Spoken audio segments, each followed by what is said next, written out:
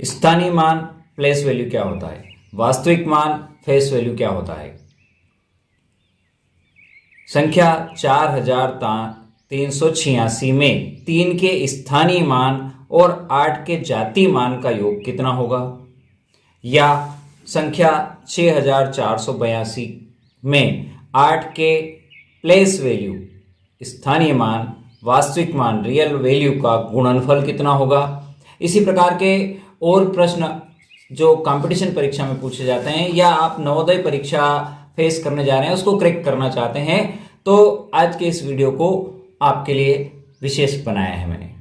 आइए समझते हैं स्थानीय मान क्या है और वास्तविक मान फेस वैल्यू क्या है। इनको समझने से पहले हमें किसी भी संख्या के बारे में ये जानना आवश्यक होगा कि वो संख्या किस तरह से लिखी जाती है और उसको पढ़ते कैसे हैं। यानी बेसिक प्राइमरी क्लास में हमें चलना पड़ेगा। फॉर एग्जांपल हम एक संख्या लेते हैं 1 2 3 4 5 6 7 8 9 इस तरह से लिखी हुई है। तो यहाँ जो संख्या लिखी हुई है इसको पढ़ने के लिए सबसे पहले हम बात करेंगे ये अंक इकाई का है, दहाई का है, सैकड़ा, हजार, 10,000, लाख, 10 लाख, इस तरह से संख्या लिखी हुई है। तो इन संख्याओं को जब भी हम काउंट करेंगे तो लेफ्ट हैंड साइड से इधर इस तरह से आएंगे हम, यानी यहां से उल्टी तरफ हम गिनते हुए आएंगे। ये हमारा बेसिक प्राथमिक कक्षाओं में हमने इसकी स्टडी करी है। अब हम बात कर रहे हैं कि इकाई का अंक क्या होता है। तो इकाई पे जो अंक होता है उसकी वैल्यू जो होती है वो 1 होती है। इकाई के अंक की वैल्यू 1, दहाई के अंक की वैल्यू 10, सैकड़े के अंक की वैल्यू 100, चौथा अंक है हमारा इकाई, दहाई, सैकड़ा, हजार, इसकी वैल्यू 1000 गुना होती है। उसके बाद 10,000 होती है।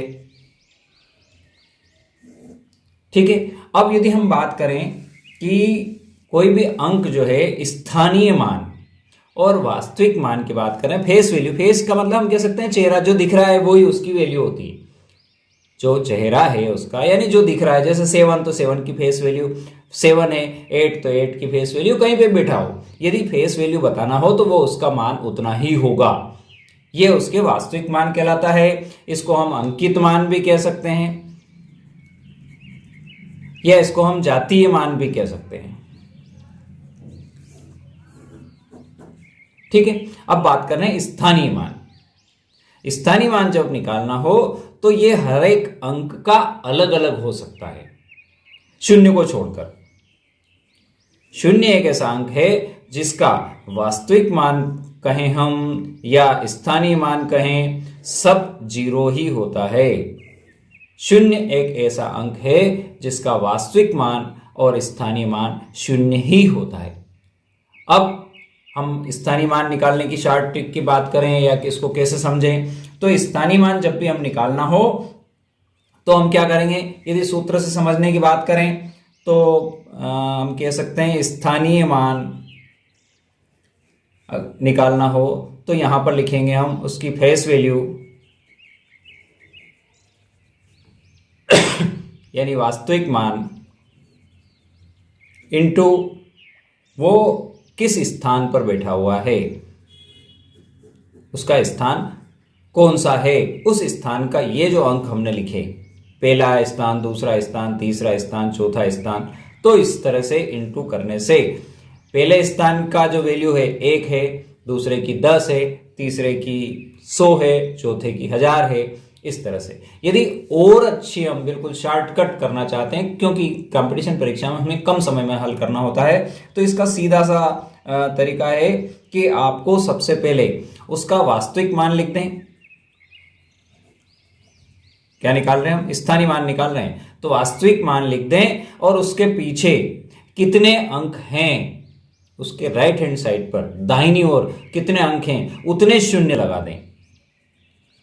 वास्तविक मान निकालने के लिए, स्थानीय मान निकालने के लिए वास्तविक मान के पीछे शून्य लगाना है, लेकिन कितने लगाना है, जितने अंक उसके पीछे हैं।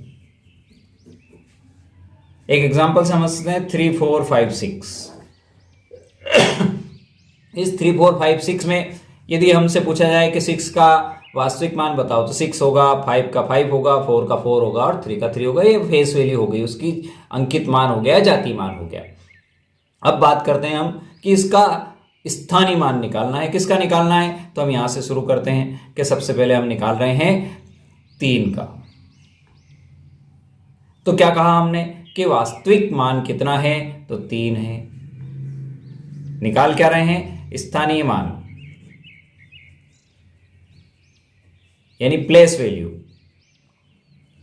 इज इक्वल टू क्या लिख रहे हैं? 3। और इसके पीछे कितने अंक हैं? इधर से गिनना है, 1 2 3, तो 3 जीरो इसके लगा दें हम। तो इस अंक 3 का स्थानीय मान हुआ 3000। बोलने में भी समझ में आता है, जब इस अंक को हम बोलेंगे 3000 तो यही इसका वास्तविक मान है, सॉरी स्थानीय मान है। 400, फिर से समझे इसको, हमने इसको क्या बोला? 3456।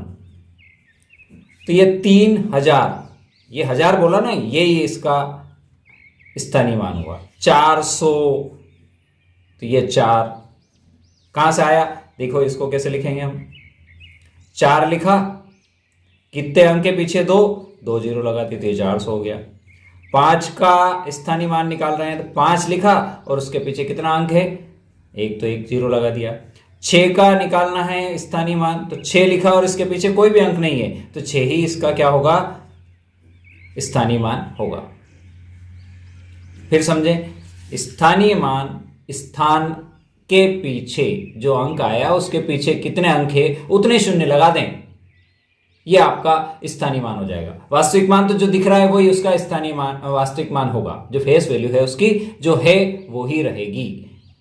शून्य के बारे में हमने अलग से बता दिया आपको कि शून्य का स्थानीय मान और वास्तविक मान, फेस वैल्यू और प्लेस वैल्यू दोनों सेम ही होते हैं। आइए अब कुछ सवाल से हम इसको समझने का प्रयास करते हैं। पहला सवाल दिया है, संख्या 4386 4386 में 3 के स्थानीय मान और 8 के जातीय मान का योग कितना होगा? तो हमने संख्या लिखी 4386। सबसे पहले क्या निकालें? स्थानीय मान। किसका? 3 का। इस 3 का क्या निकालना है हमको? स्थानीय मान निकालना है।